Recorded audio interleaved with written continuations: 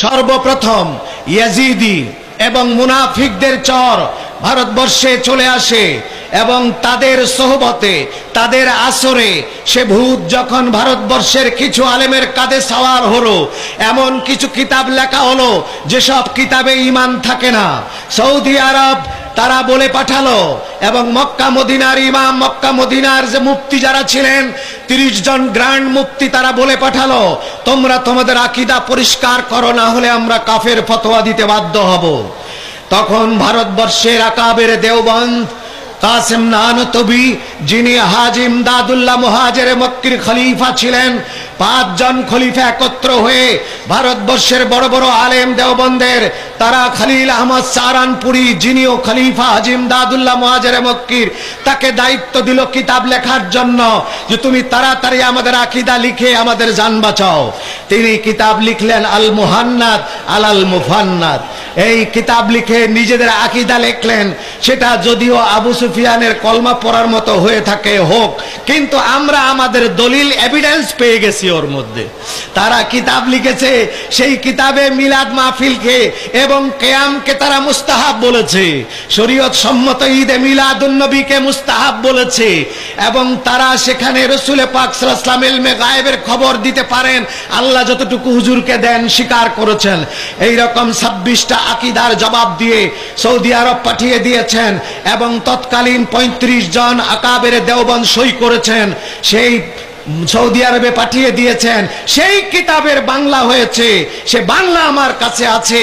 আর আজকে নব্য দেওবন্দি যারা বেরিয়ে আসতেছে, তারা মিলাদ কিয়ামকে হারাম বলে, তারা বলে মিলাদ কিয়াম যারা করে তারা জাহান্নামী। আমি জিজ্ঞাসা করতে চাই, তোমাদের আকাবেররা যেটাকে মুস্তাহাব বলে গেল, আকাবিরদের দেওবন্দের কোন কিতাবের মধ্যে আজও পর্যন্ত মিলাদুন নবী এবং মিলাদ শরীফ কিয়াম হারাম লেখা নাই। তোমরা যদি বের করতে পারো 5 লক্ষ টাকা পুরস্কার। কিন্তু তোমরা নব্য দেওবন্দি আজকে কারা, সে চিটাগাঙ্গের হোক আর ঢাকার হোক, নব্য দেওবন্দি পরিচয়ে যারা মিলাদ কিয়ামকে হারাম বলে বেড়াচ্ছে, নিঃসন্দেহে আমার কাছে আরেকটা বই আছে, নাম হলো ঐক্যের ডাক। 2012 সালের ফেব্রুয়ারি মাসে 50 জন আকাবের দেওবন্দের একটা কনফারেন্স হয়েছে। সেই কনফারেন্স সারা বাংলাদেশের শ্রেষ্ঠ দেওবন্দিরা ছিল। তারা একত্র হয়ে 50 জন সই করে ঐক্যের ডাক নামের এই পুস্তক তারা লিখেছে, আমাদের আকাবের দেওবন্দের কেউ আমাদেরকে মিলাদ কিয়াম হারাম বলে নাই। এখন যারা বলতেছে এরা কারা, এটা এই বইয়ের মধ্যে লেখা আছে। আমার জিজ্ঞাসা, এই মুফান্নাদ, এই যে দেওবন্দি আহলে সুন্নতের আকীদা, এই নামে মুহান্নাদ আলাল মুফান্নাদ বইয়ের বাংলা করা হয়েছে।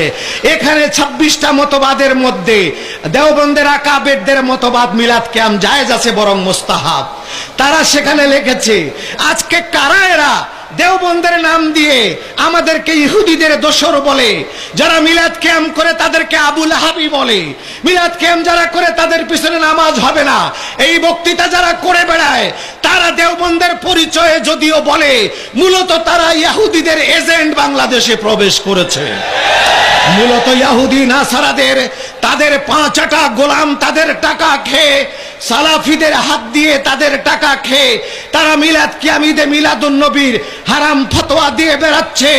আজ আমি পরিষ্কার লক্ষ্য জনতার সামনে